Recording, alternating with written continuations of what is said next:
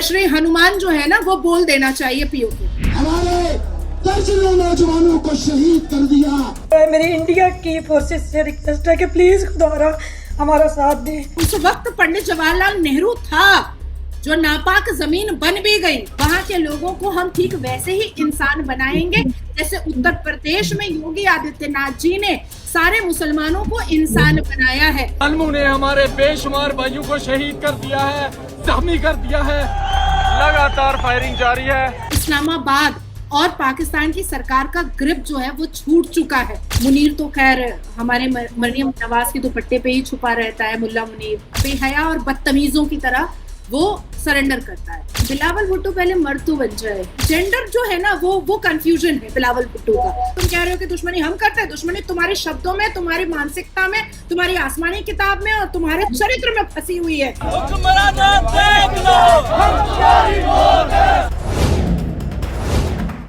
Pakistan occupied Kashmir में हालात लगातार बिगड़ते जा रहे हैं।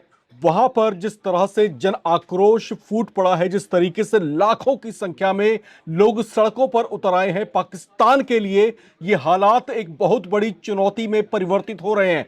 और हालात अब इस तरीके से बिगड़ते जा रहे हैं कि वहां पर जो है पाकिस्तानी सेना को मोर्चे पर उतारा गया है ताकि किसी तरीके से इस हालात को कंट्रोल किया जा सके। यहां तक कि जो विद्रोही समूह हैं यहाँ के या जो आंदोलित लोग हैं जिनके नेतृत्व में ये तमाम चीजें चल रही हैं, वो किस तरीके से आमादा हैं पाकिस्तान सरकार के खिलाफ, इस बात का अंदाजा आप ऐसे लगा सकते हैं कि वहां पर पिछले 48 घंटे के भीतर ही 30 से ज्यादा लोगों को मौत के घाट उतारा जा चुका है। अगर हम पिछले 3-4 दिनों की और बात करते हैं तो सिर्फ रावलकोट में ही 91 से ज्यादा लोग यहां पर मारे गए हैं। ये हालात इस तरीके से अब बिगड़ रहे हैं कि इसको लेकर के पाकिस्तान की फजीहत जो है पूरी दुनिया भर में होने लगी है। ख्वाजा आसिफ से जब ये पूछा गया कि अब आपके पास क्या हल है, अब क्या करेंगे आप, तो उन्होंने सीधे सीधे बोल दिया कि पाकिस्तान ऑक्युपाइड कश्मीर के वो तमाम लोग जो पाकिस्तान का विरोध कर रहे हैं वो भारत की तरह हमारे दुश्मन हैं। नाजिया इलाही खान जी इस पूरी जियोपॉलिटिक्स में बहुत एक्टिव फेस हैं। मिडिल ईस्ट की अगर हम बात करें, खासतौर से अगर हम पाकिस्तान के मुद्दों की बात कर लें, तो इसमें जो है अपनी खासी एक्सपर्टीज रखती हैं। भारतीय जनता पार्टी की नेता हैं। नाजिया जी, स्वागत है आपका। वंदे मातरम, जय मां काली। पाकिस्तान में इस समय जो तमाम चीजें चल रही हैं, पाकिस्तान ऑक्युपाइड कश्मीर में जो विद्रोह फूट पड़ा है, जो आंदोलन की शक्ल में था पहले, लेकिन अब जो है पाकिस्तान के खिलाफ एक विद्रोह कहा जा रहा है, क्या लगता है आपको क्या होने वाला है अब? जिस तरीके से रावलकोट में लाशें जो भंडार पड़ी हुई हैं, खून की नदियां बह रही हैं और एक साधारण प्रोटेस्ट से अब वो विरोध, विद्रोह और आंदोलन में तब्दील हो चुका है। मुझे लगता है कि अब दिन दूर नहीं है कि दोबारा फिर से नापाक पाकिस्तान में जुड़े रहने वाला पीओके, पाक ऑक्युपाइड कश्मीर, दोबारा हमारे कश्मीर के हिस्से में जुड़ जाएगा। और देखिए विडंबना, मुझे तो ख्वाजा आसिफ पर हंसी आती है कि उससे जब मसले का हल मांगा जा रहा है, उससे जब पूछा जा रहा है कि इसको किस तरीके से हम लोग सही दिशा पर ला सकते हैं, इसको कैसे हम लोग हैंडल कर सकते हैं, इस प्रोटेस्ट को, इस विद्रोह को हम कैसे रोक सकते हैं, तो वो अभी तो पीओके वहीं पर है, पाकिस्तान ऑक्युपाइड कश्मीर में ही है, लेकिन वो कह रहे हैं कि ये तो वैसे ही दुश्मन है जैसे भारत हमारा दुश्मन है। अरे भाई, तुम क्या बात कर रहे हो? हाफिज सईद को पालने वाले तुम, उसामा बिन लादेन को पालने वाले तुम, दाऊद इब्राहिम को पालने वाले तुम, दुनिया भर के टेररिस्ट ऑर्गेनाइजेशन जो यूनाइटेड नेशन से डेजिग्नेटेड है उसको पालने वाले तुम, हमेशा अपने स्लीपर सेल भारत में तुम भेजते हो। ऑपरेशन सिंदूर में हम तुम्हें समझाते हैं कि तुम्हारी औकात क्या है, 71 के जंग में हम तुम्हें समझाते हैं कि तुम्हारी औकात क्या है, 4-4 बार हमने तुम्हें जंगें हराई हैं, उसके बाद तुम कह रहे हो कि दुश्मनी हम करते हैं। दुश्मनी तुम्हारे शब्दों में, तुम्हारी मानसिकता में, तुम्हारी आसमानी किताब में और तुम्हारे चरित्र में फंसी हुई है। और आज देखिए, ये दिन आना था राम जी। मैंने 2022 में पाकिस्तान के मेन स्ट्रीम चैनल पर कहा था कि चौतरफा आपको विद्रोह नजर आएगा और पाकिस्तान उससे भागेगा लंगोट बचा करके। और आज वो दिन आया है कि बलोच अलग कर रहा है विद्रोह, खैबर पख्तूनख्वा अलग कर रहा है, सिंध अलग कर रहा है और पीओके अलग कर रहा है। चौतरफा विद्रोह का इंटीमेशन मैंने पाकिस्तान के मेन स्ट्रीम मीडिया पर 2022 में दिया था और ये 2026 है, क्योंकि जिस हिसाब से पीओके की जनता को तकलीफ दी गई है, जिस हिसाब से पीओके की जनता को ह्यूमिलिएट किया गया है, जिस हिसाब से पीओके की जनता के मुंह से खाने का निवाला छीना है पाकिस्तान की सरकार ने, ये अब जनता और बर्दाश्त नहीं कर पाएगी। और जिस हिसाब से पीओके से आवाज आ रही है कि इंडियन आर्मी हमें सुरक्षित करे, इंडिया की सरकार हमें सुरक्षित करे, ये भारत की सबसे बड़ी जीत है, ये मोदी जी की सबसे बड़ी जीत है, ये हमारे भारत के सरकार की सबसे बड़ी जीत है, ये हमारे शासन प्रशासन की सबसे बड़ी जीत है, ये हमारे देश की सेना की सबसे बड़ी जीत है।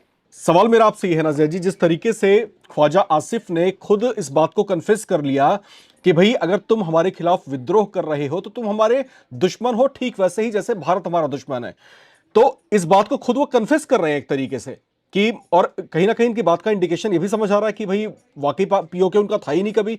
और दूसरी बात ये कि जब वहां का जो कंसेंसस है जो पीओके के खिलाफ विद्रोह कर रहा है, तो क्या भारत के लिए ये वाजिब समय है जब उस पर चढ़ाई कर देनी चाहिए और पीओके को जो है वापस अपनी टेरिटरी का हिस्सा जो है घोषित कर देना चाहिए? क्या लगता है आपको? Basically Ram ji, Islamabad is now losing its grip on PoK, और जब पाकिस्तान अपने ग्रिप को लूज करता है तब तक वो सरेंडर करता है, बेशर्मों की तरह, बेहया और बदतमीजों की तरह वो सरेंडर करता है। तो जब ख्वाजा आसिफ जैसे कैबिनेट मंत्री पाकिस्तान के, जो हमेशा उल जलूल बातें करते हैं, जो टिकटॉक की बातें इंटरनेशनल प्लेटफॉर्म पर रखते हैं, जो वायरल वीडियोस को इंटरनेशनल प्लेटफॉर्म पर वो डॉक्यूमेंट के तरीके से रख देते हैं, तो ऐसा व्यक्ति जब अपनी बातों को रखता है तो इससे साफ समझ में आता है कि उसके पास कोई जवाब नहीं है और समस्या का समाधान भी नहीं है। तो इसको मैं बिल्कुल आपकी बात को मैं सही साबित कर रही हूँ कि हाँ, पीओके से अब इस्लामाबाद और पाकिस्तान की सरकार का ग्रिप जो है वो छूट चुका है, खत्म हो चुका है। दूसरी हिपोक्रेसी देखिए कि ये पीओके वही कर रहा है जो भारत में दुश्मन, जैसे भारत के से हमारे साथ दुश्मनी की जाती है। हमने क्या दुश्मनी की है तुम्हारे साथ? वो तो उस वक्त पंडित जवाहरलाल नेहरू था जो नापाक जमीन बन भी गई। अगर उस वक्त पंडित जवाहरलाल नेहरू नहीं होता तो ये नापाक जमीन कभी बनने नहीं दिया जाता और अखंड भारत का हिस्सा तोड़ करके कभी इन नापाक लोगों को दिया भी नहीं जाता। आज खुद में एक दूसरे को मारना, काटना, लूटना, पीटना कर रहे हैं। आज कभी हिंदुओं के नाम पर मारा, कभी क्रिश्चियन के नाम पे मारा, कभी सिखों के नाम पे मारा, कभी यहूदियों के नाम पे मारा, आज फिरके के नाम पर मार रहे हैं। पीओके में मरने वाला भी मुसलमान, मारने वाला भी मुसलमान, भूखमरी करने वाला भी मुसलमान, भूखमरी से मरने वाला भी मुसलमान और भूखमरी करवाने वाला भी मुसलमान। इनका चरित्र और इनकी हिपोक्रेसी साफ सामने आ चुकी है। इनका ग्रिप हट चुका है पीओके से। और अब आपने जो दूसरा सवाल किया है, वाकई में this is the best time. ये जय श्री हनुमान जो है ना, वो बोल देना चाहिए पीओके में, this is the best time. जहां तक मुझे ऐसा लगता है कि डॉक्टर एस जयशंकर बहुत ही इंटेलेक्चुअल व्यक्ति हैं। अजित डोभाल जी जो पाकिस्तान जैसे नापाक जमीन पर रह चुके हैं, वहां के नस नस को पहचान चुके हैं, वहां के लोगों को पहचान चुके हैं, सारे के सारे गैंग को समझ चुके हैं। तो मुझे ऐसा कहीं ना कहीं मुझे लगता है कि मिनिस्ट्री ऑफ एक्सटर्नल अफेयर से लेकर के फॉरेन मिनिस्ट्री तक में, अजित डोभाल जी तक में ये चर्चा जरूर हो रही होगी कि अब कैसे हनुमान चालीसा पीओके में पढ़ देना चाहिए और उसको पवित्र करके और जो भूत पिशाच है उसको हटाना चाहिए। जी बिल्कुल। और यहाँ पर जैसा कि नाज़िया जी ने कहा भी कि जय बजरंग बली बोल करके पीओके पे अब चढ़ाई कर दो, और बिल्कुल ये माकूल वक्त हो सकता है। तो खैर, सरकार अपने स्तर पर रणनीतियों को तय करती है, अपने स्तर पर तमाम फैसले वो करती है, और उम्मीद है कि भविष्य में ऐसा कुछ जरूर देखने को मिले। दूसरी महत्वपूर्ण बात ये नाज़िया जी, जिस तरीके से पाकिस्तान इसको प्रोजेक्ट करने की कोशिश कर रहा है वर्ल्ड वाइड, वो ये दिखा रहा है कि पीओके उसका जो है उसकी अपनी टेरिटरी है और जो तमाम चीजें हो रही हैं वो उसका अपना इंटरनल मैटर है। लेकिन ये आंदोलन सिर्फ पीओके तक सीमित नहीं है। हमने लंदन की सड़कों पर देखा, वहां पर किस तरीके से बड़ी संख्या में लोगों का हुजूम सड़कों पर उतरा हुआ था और किस तरीके से जो है पीओके के लोगों के समर्थन में वहां पर नारेबाजियां की जा रही हैं। मुनीर के खिलाफ मुर्दाबाद के नारे लग रहे हैं, शहबाज शरीफ के खिलाफ मुर्दाबाद के नारे लंदन की सड़कों पर लग रहे हैं। तो क्या ये हालात अब पाकिस्तान की फजीहत दुनिया भर में नहीं कर रहा? देखिए, पीओके में जो एक कमेटी काम कर रही है, जम्मू कश्मीर ज्वाइंट अवामी एक्शन, इसके जो मतलब लोग हैं, ये बहुत दूर दूर तक है। ये ब्रिटेन में है, ये चाइना में भी कुछ लोग हैं, उसके बाद फिर कनाडा में भी हैं, उसके बाद यूके में है, यूएस में है, बहुत जगह पर है। तो जिस तरीके से आपने अभी बोला कि विदेश में भी मुनीर की फजीहत उड़ रही है, शहनवाज की फजीहत उड़ रही है। मुनीर तो खैर हमारे मरियम नवाज के दुपट्टे पे ही छुपा रहता है, मुल्ला मुनीर। तो मुझे जो लोग बदनाम हैं उनको बदनाम करने में ज्यादा मेहनत नहीं लगती है। तो पाकिस्तान ऑलरेडी फजीहत में ही लगा रहता है और फजीहत को ही फेस करता रहता है। ये अपनी हरकतों से बाज नहीं आने वाला है। और इस पर जिस हिसाब से पीओके के प्रोटेस्टर बाहर आकर के अब फॉरेन कंट्रीज में भी प्रोटेस्ट कर रहे हैं, मुल्ला मुनीर के खिलाफ नारा लगा रहे हैं, पाकिस्तान की मौजूदा सरकार के खिलाफ नारा लगा रहे हैं, मुझे लगता है कि ये इंटरनेशनल कोर्ट के प्लेटफॉर्म और यूनाइटेड नेशन के प्लेटफॉर्म पे भी ये बात बहुत जल्द जो है वो मार्केबल हो जाएगी। और वहां पर भी इस बात पर कहीं ना कोई कन्फ्रंटेशन जरूर स्टार्ट हो जाएगा। आपने देखा होगा कि अब जब फॉरेन जो टूर जो पाकिस्तान के लोग कर रहे हैं उसमें ये लोग कन्या काट रहे हैं, किसी भी डिटेल में बैठ करके बात नहीं करना चाह रहे हैं, क्योंकि पीओके का जो प्रोटेस्ट है वो 2 महीने से ऊपर का हो चुका है। और अब वो साधारण प्रोटेस्ट बचा नहीं है, अब वो डिवाइड का प्रोटेस्ट आ चुका है। जैसे ब्लोच वो डिवाइड का प्रोटेस्ट हो चुका है, उसी तरीके से पीओके भी वो पाकिस्तान से डिवाइड का प्रोटेस्ट बन चुका है ऑलरेडी। तो अगर ये प्रोटेस्ट, ये जो विद्रोह है, ये अगर 15 दिन और चलेगा तो मैं आपको अपने जियोपॉलिटिकल जो मेरा जो एडुकेशन है या मेरा जो एक रिसर्च कहता है कि ये पूरा का पूरा पीओके का प्रोटेस्ट जो है वो यूनाइटेड नेशन के टेबल पर जाएगा, इंटरनेशनल कोर्ट के टेबल पर जाएगा। और this is the best time कि हम अब जय बजरंगबली करके पीओके को दोबारा अपने भारत में हम जोड़ सकते हैं। वहां के लोगों को हम ठीक वैसे ही इंसान बनाएंगे जैसे उत्तर प्रदेश में योगी आदित्यनाथ जी ने सारे मुसलमानों को इंसान बनाया है। शुभेंदु अधिकारी अभी पश्चिम बंगाल में सारे मुसलमानों को इंसान बना रहे हैं। उसी तरीके से हम पीओके के भी मुसलमानों को इंसान बना करके, संवैधानिक बना करके हम पीओके के लोगों के डेवलपमेंट उत्थान का काम करेंगे। जी, पाकिस्तान ऑक्युपाइड कश्मीर में जो है जॉइंट अवामी एक्शन कमेटी JAAC जो है, इसके नेतृत्व में ये पूरा आंदोलन चल रहा है। इसको लेकर के बिलावल भुट्टो का जो है एक स्टेटमेंट कुछ दिन पहले आया था, जिसमें उन्होंने संकेतों की भाषा में भारत को घेरने की कोशिश की थी और ये कहा था कि हम इस बात की जांच जरूर करवाना चाहते हैं कि JAAC जैसे संगठन जो हैं कहीं वो वित्त पोषित तो नहीं है, कहीं उनको भारत जैसे देश बैकडोर सपोर्ट तो नहीं दे रहे, कहीं भारत की वजह से ही तो वहां पर विद्रोह इस तरीके से नहीं भड़क रहा। हालांकि भारत का नाम नहीं लिया था उन्होंने, लेकिन संकेतों के जरिए कहीं ना कहीं भारत को जरूर घेरने की कोशिश की थी। अब बिलावल भुट्टो के मन में जो भय है, जो डर है, जो उनके बयानों में रिफ्लेक्ट हो रहा है, नाजिया जी क्या लगता है, वाकई ऐसा कुछ हो सकता है क्या? Still, I am stuck with my earlier statement, Ramji. Bilawal Bhutto पहले मर्द तो बन जाए, वो पहले मर्द तो बने।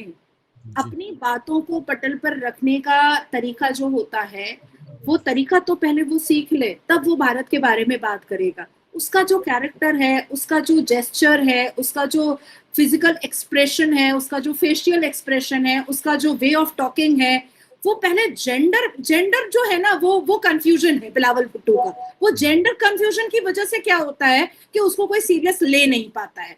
दूसरी बात आती है कि जैसे जब तक मौलवी मुल्ला सुबह से उठ करके 24 घंटे में एक बार मुझे गाली नहीं दे देते तो उनका दिन पूरा नहीं होता है, उसी तरीके से पाकिस्तान के जो सो कॉल्ड मंत्री हैं और संतरी हैं, वो लोग जब तक भारत को कोस नहीं लेते हैं उनका दिन पूरा भी नहीं होता है, उनका दिल खुशनुमा भी नहीं होता है।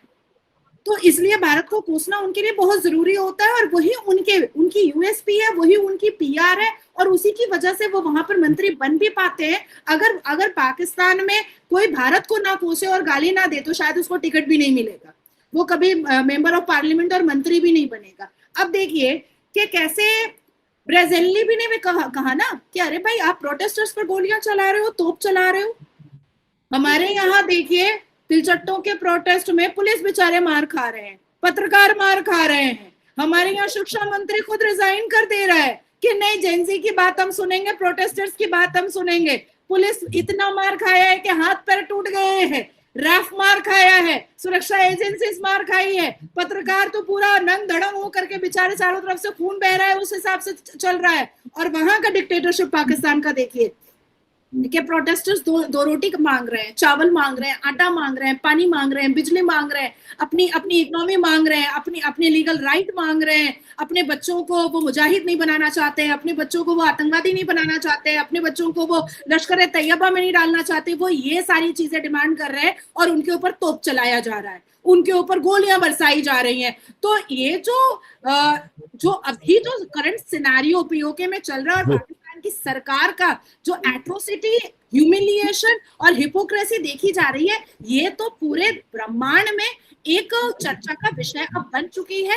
और पूरे ब्रह्मांड में, इवन गल्फ कंट्रीज में भी और वेस्टर्न कंट्रीज में भी पाकिस्तान के ऊपर एक अभद्र बातें तो कही जा रही है कि पाकिस्तान की सरकार को शायद प्रोटेस्ट संभालना तक भी नहीं आता है।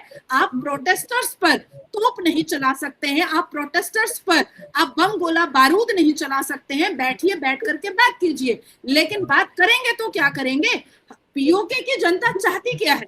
पीओके की जनता सिर्फ चाहती है मेरे बच्चों को किडनैप करके तुम ऑर्गन ट्रैफिकिंग मत करो, मेरी बेटियों को ले जा करके तुम उनका रेप मत करो, मेरी बेटियों को ले जा करके तुम बेचो मत, मुझे मेरा जो लीगल राइट है वो मुझे दे दो। तो वो बहुत ही वैलिड चीजें मांग रहे हैं पीओके वाले। ऐसा अनवांटेड कोई उनका विश नहीं है जो बैठ करके बात नहीं किया जा सकता है। जी बिल्कुल। पाकिस्तान ऑक्यूपाइड कश्मीर में जो चल रहा है उसके डिफरेंट डायमेंशंस पर जो है नाजिया इलाही खान अपने विचार यहाँ पर रख रही थी। और दूसरी महत्वपूर्ण बात यह है कि जिस तरीके से ये जो आंदोलन की शुरुआत हुई थी, वो आंदोलन जो है कहीं ना कहीं आहिस्ता आहिस्ता एक बड़े विद्रोह में तब्दील हो चुका है। हालात इस तरीके से पाकिस्तानी सरकार के हाथ से फिसल रहे हैं कि वहां पर गोलियां चलाने तक की नौबत आ रही है। बहुत से लोग इस विद्रोह में अब तक मारे गए हैं, लेकिन इसके बावजूद जेएएसी के नेतृत्व में जो ये विद्रोह फूट पड़ा है, लोग इससे पीछे नहीं हट रहे। लगातार संघर्ष जारी है, पाकिस्तान सरकार के खिलाफ लगातार जो है आवाजें उठाई जा रही हैं। और अब आहिस्ता आहिस्ता ऐसी वीडियोस भी जो है सोशल प्लेटफॉर्म्स पर आ रही हैं जिसमें वहां के नागरिक खास तौर से भारत से गुहार लगा रहे हैं कि भारत की सरकार, भारत की जो मिलिट्री है वो वहां पर आए, उन लोगों की सहायता करे। तो जब इस तरह की अपील और इस तरह का जो कंसेंसस जब वहां से उठना शुरू हुआ है, तो कहीं ना कहीं एक विचार का विषय है कि क्या भारत के लिए अब ये वक्त है जब वहां पर चढ़ाई कर देनी चाहिए।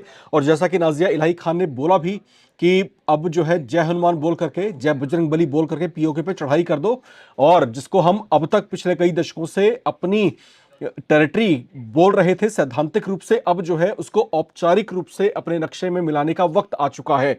तो यहां पर बहुत सारी चर्चाएं हैं, बहुत सारी बातें हैं, और दुनिया भर में जिस तरीके से इस पूरे विद्रोह को कुचलने की जो कोशिश है पाकिस्तान की, उसको लेकर उसकी खूब फजीहत भी हो रही है।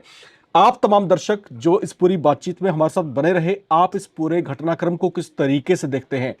क्या वाकई अब भारत को कोई एक्शन लेने की आवश्यकता है? क्या वाकई अब पीओके की जनता को जो अपेक्षाएं हैं हिंदुस्तान से वो पूरी कर देनी चाहिए? क्या लगता है आपको? लिखकर अपनी राय कमेंट बॉक्स में शेयर करें। और नाजिया जी हमारे साथ बनी हुई थी, आपका बहुत बहुत शुक्रिया। और कहीं जाए नहीं, लगातार बने रहें नवभारत टाइम्स के साथ। नमस्कार।